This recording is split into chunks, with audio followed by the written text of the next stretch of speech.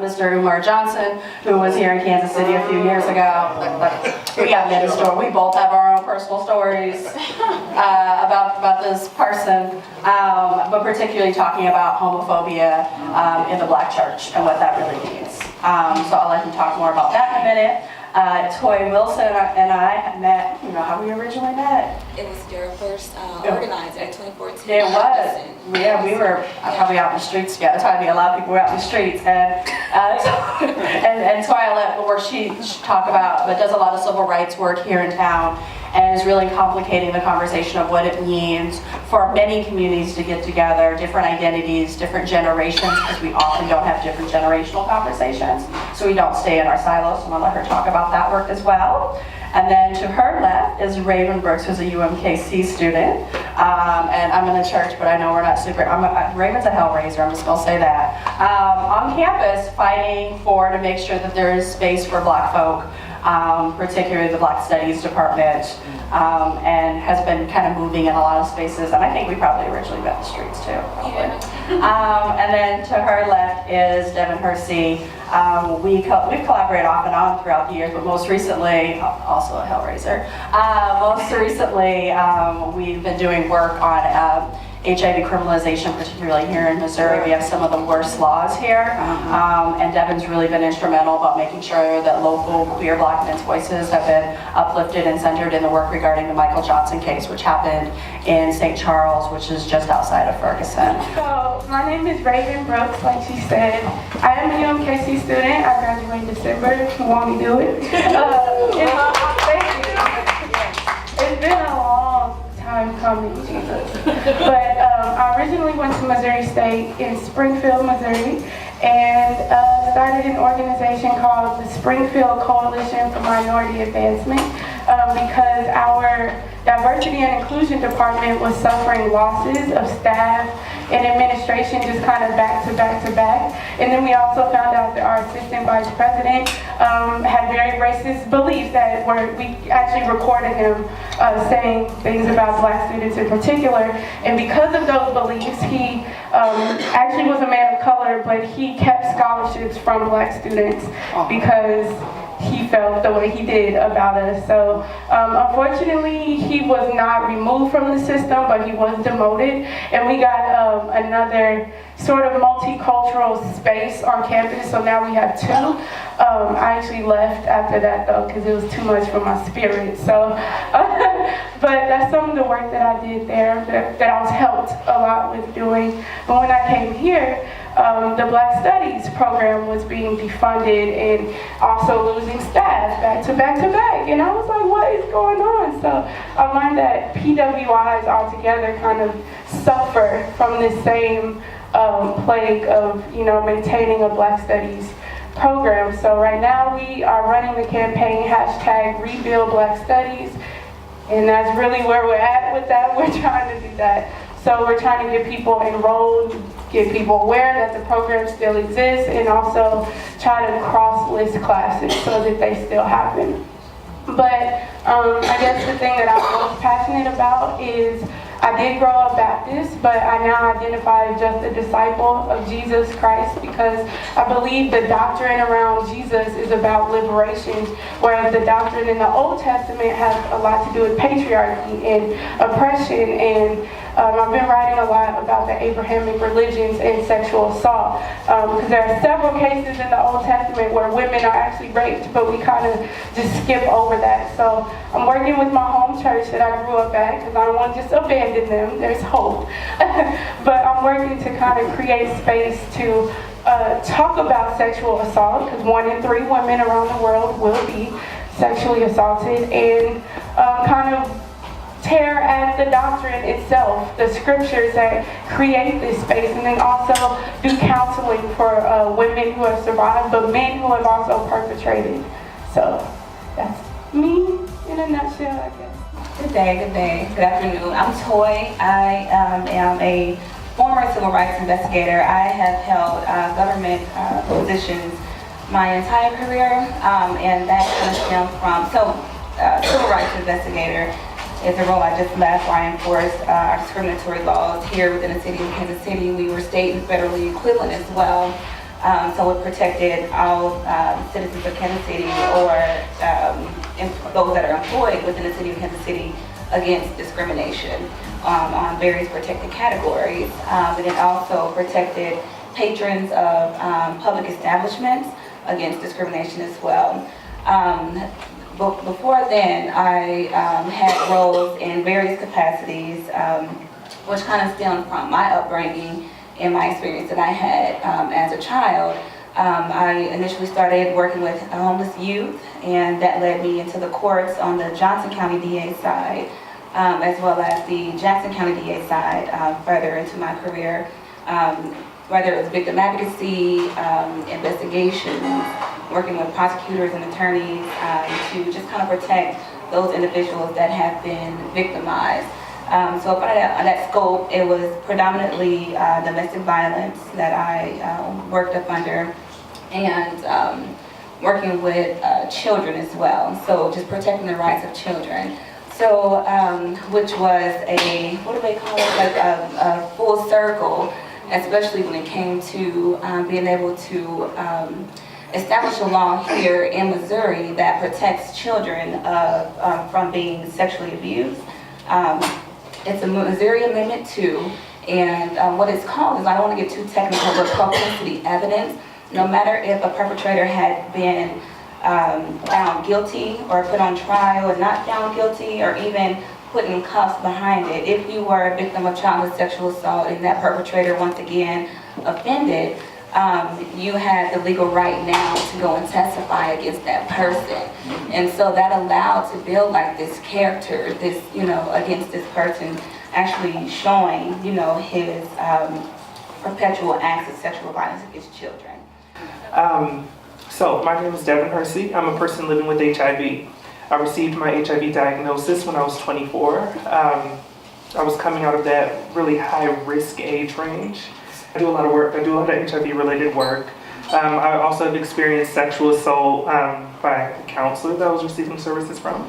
I serve on the steering committee for the U.S. People Living with HIV caucus. I identify as a black gay man. I'm also Latinx, which I don't often speak about. I was baptized Catholic and raised Baptist. So I remember growing up having to leave churches because of, I guess, a lot of the pressure that was put on my family. I was living with a single parent, my mother, and she would discuss it openly, but like there was a lot of pressure for her to date certain people within the church, and she was not having it, so she up and left, which is very unfortunate. I remember leaving churches because of situations like that. Those aren't the only situations, but those aren't really my stories to share. Also, as far as being a person with HIV, black gay men in this country have a 1 in 2 lifetime risk of acquiring HIV. So 1 in 2 black gay men will have an HIV diagnosis over the course of their lifetime, according to current rates and current conditions.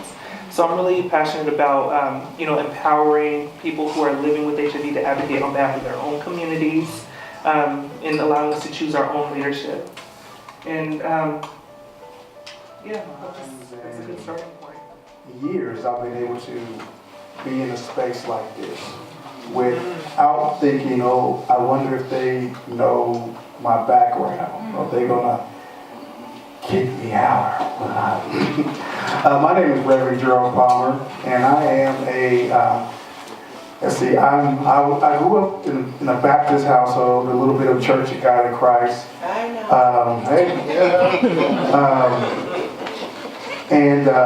It's funny, but I was licensed in a black church that was part of the Southern Baptist Convention.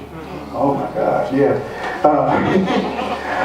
So my story, how I got here, it was really, it started, and I'm going to be really quick, it started in 2002. I'm actually not licensed, but I'm a professional social worker. And so I started in social work in 2002. And my first job was working with HIV and AIDS clients. It was the Ryan White Care Act. And my first day of work, I come to work all dressed up, tie, I had a little a plastic flyer my mom bought for me to put in my office. And one of my co-workers, and she said, I'm gonna take you to your first client. And so I'm like excited and all of this and that. And she said, well, you need to fill out his paperwork because he's dying. Okay.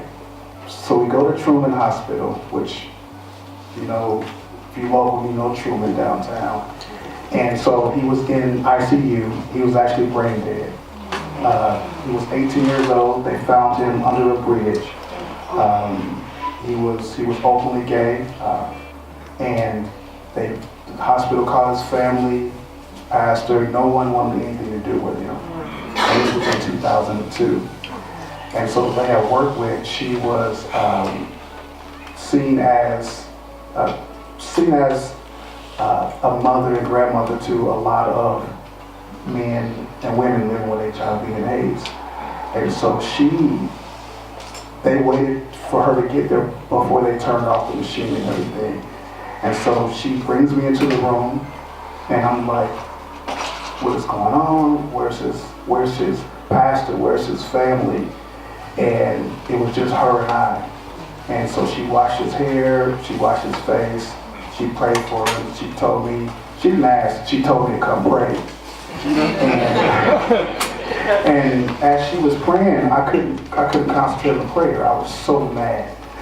Like, where's his church? Where's his family? I mean, I had just got baptized like a year before. And I said, God, somebody needs to speak. And you know how the Spirit speaks in you. Sometimes you got to be careful what you ask for. And say, you speak. So that's what I did. So I started learning everything I could about HIV and AIDS and learning everything I could about the black church. And what I found was even the healthcare professionals felt some kind of way about people who were gay and lesbian. And so I started speaking, I was speaking out. I became an open ally in 2007. And that's when I almost said your F word. Reading. You can say it. That's when, That's right. You can say it. that's when the fuckery started.